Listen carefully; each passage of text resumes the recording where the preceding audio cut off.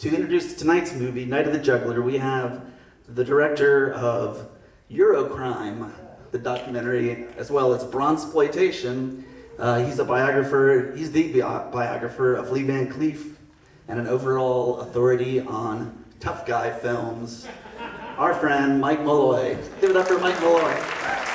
So, I'm going to tell you how this film fits in cinematically, at least to my mind. So let us get remedial here. Akira Kurosawa, Japanese filmmaker, he makes The Seven Samurai. It gets remade as The Magnificent Seven, and then there becomes copies of copies. You end up with The Seven Magnificent Gladiators. You end up with The Invincible Six. This whole subgenre of, there we go. This whole subgenre of warriors being assembled to protect a helpless village. Then Akira Kurosawa makes a film called Yojimbo. Yojimbo gets remade as A Fistful of Dollars. And then there are copies of that. There's Last Man Standing with Bruce Willis. There's Warrior and the Sorceress with David Carradine. All these films about a drifter coming to town, pitting two town bosses against each other. It becomes a whole subgenre. A lot of people know that. That's the remedial part. But did you know that Akira Kurosawa made another film that launched the whole subgenre? Well, your friendly neighborhood tough guy film expert, Mike Malloy, he knows it. And that's me, by the way. And it's based on the 1963 film High and Low. Now, High and Low, the premise is you got a rich dad, you got a poor dad, you got two kids, you got a kidnapping for ransom plot, and you got a mix-up. Now, don't go thinking that Akira Kurosawa is some downtrodden guy who's just always getting ripped off and exploited and stuff. Because for the record, yes, there we are. High and Low was derived from an Ed McBain novel called King's Ransom. And for that matter, Yojimbo was derived, kind of a reworking of a Dashiell Hammett novel called Red Harvest. And also, for the record, we're getting really kind of in the weeds here, but there was Ed McBain, King Ransom I was telling you about. US TV actually tried that on TV. Those novels were called the 87th Precinct novels, and US TV actually tried 87th Precinct as a TV series for a little while, and they actually did a King's Ransom episode. So technically, that is the very first filmed version of this plot. It was the year before High and Low. That was 62, High and Low is 63. But High and Low is what kicked it off. And High and Low, we see the events of the story, we see it from the perspective of the rich dad. But he's an honorable rich guy. He's an executive at a shoe company, and he's trying to resist the company's new direction towards like cheap, shoddy women's shoes. He's also overextended on his credit, so we really sympathize with the guy. But you come around to the 1970s, and ain't nobody want to see something from the rich guy's point of view. So the very first reworking of High and Low is from 1975. There we are. It's The Kidnap Syndicate. It's an Italian crime film by Fernando De Leo. And of course, the Italians are going to rip off High and Low because they treated cinema, like we treat TV. You just have to crank it out at a blistering pace. You don't have time to wait for original ideas or to get inspired. You just crank it out. Furthermore, Italy had a real-life kidnapping for ransom epidemic that decade. All the kids of the wealthy industrialists were getting nabbed by red terrorists mainly. But Kidnap Syndicate has a good twist on the formula. Because there's a rich dad, there's a poor dad, there's two kids, and both get taken.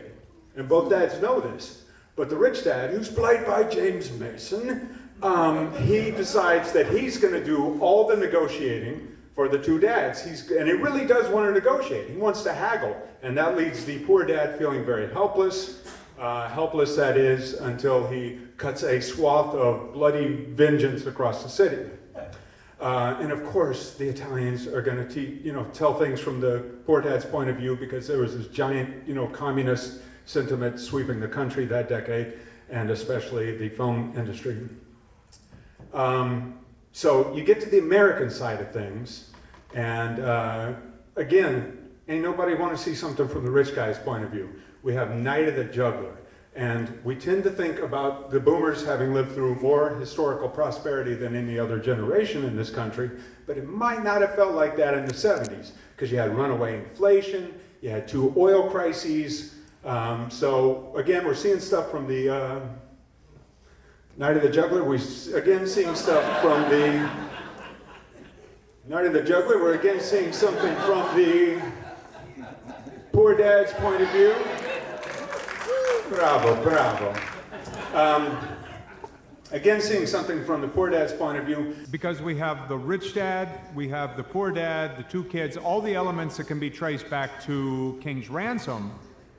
But with Night of the Juggler, there's a more direct literary source, and that's a novel called Night of the Juggler. This is very much in keeping with the gritty, authentic 70s kind of US American popular cinema.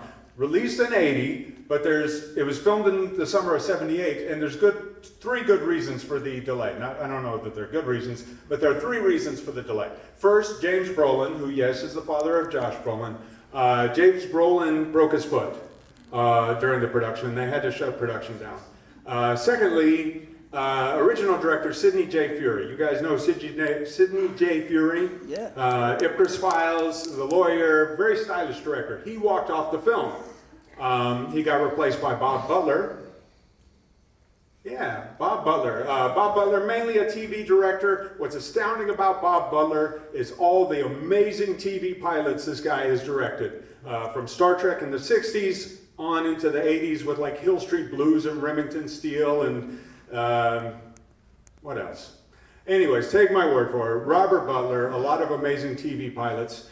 And then thirdly, there was a regime change at Columbia Pictures, and they deprioritized Night of the Juggler. So it sat around for a while. Finally comes out in 1980. But again, very much in keeping with the gritty, authentic, tough 70s cinema. In fact, go ahead and prepare yourself. There are a number of occurrences of a certain N-word. I forget what that word is. If you guys know it, don't say it aloud. It's the same one that gets euphemized as ninja sometimes. So go ahead and prepare yourself. Another thing that we associate with 70s cinema is really great performances. And this movie has them in spades. Just pay attention to an action movie like this and how well it's acted. From star James Brolin on down to porn star Sharon Mitchell, who has a small part in this. She's amazing. So yes, it's 70s cinema, but this is 78, so admittedly it's pretty late in the game, and the blockbuster mentality is starting to take over, right? We've had Jaws and Star Wars and everything, all right, so you want to do a high and low remake, fine, but you gotta pump it full of action. And so what we end up with is something, yes, it's in the tradition of high and low, but it's also in the tradition of like wall-to-wall foot chase films. Just these kind of non-stop, like think Crank more recently, or Run Lola Run, or back in the day, The Naked Prey. So another novelty is, because I have seen my share of these things, another novelty is there's not really much of a mix-up, except for on the part of the kidnapper. You will see, and I'm not spoiling anything, this is all in the setup, you will see James Brolin immediately knows the score. The rich parents immediately knows the score. All the other films in this subgenre, there's a big period of confusion as to which kid was taken. So that takes us to the 1980s proper. And where do you think this little subgenre kind of fit in? Well, it fit in with the kind of offbeat 80s crime fighters of TV. The 70s TV, there's plenty of crime fighters. They were very straightforward ones, cops with names like Kojak and Beretta. But the 80s crime fighters, you had, like this guy here. You call him up on his, leave a voicemail on his answering machine, and you tell him to shoot a bunch of people, and he does it for free. We call that the equalizer. This guy here, broken down 60-year-old Lee Van Cleef, walks with a limp and steel rod in his leg. Somehow we're supposed to buy him as a ninja master who can do triple backflips. Call that the master. That guy there, he can build you a flamethrower with a match and a paperclip. He's MacGyver. All three of these did a high and low reworking in the 80s or thereabouts. So what's interesting, and of course they did because, you know, like I was saying with Italian cinema, which had to be cranked out, TV had to be cranked out. In fact, I read an interview with Edward Woodward where he said that the Equalizer was picked up late in the game. They were behind when CBS picked them up. They just had to scramble. So of course, just rip off High and Low. The Master, it was a mid-season replacement show by Last Place Network, NBC. So yeah, just rip off High and Low. I don't know what MacGyver's excuse was, but In the Equalizer episode China Rain, we're again back with Asian characters, although it's Chinese American and not Japanese like High and Low. And just like Night of the Juggler, the kid is snatched from a New York park.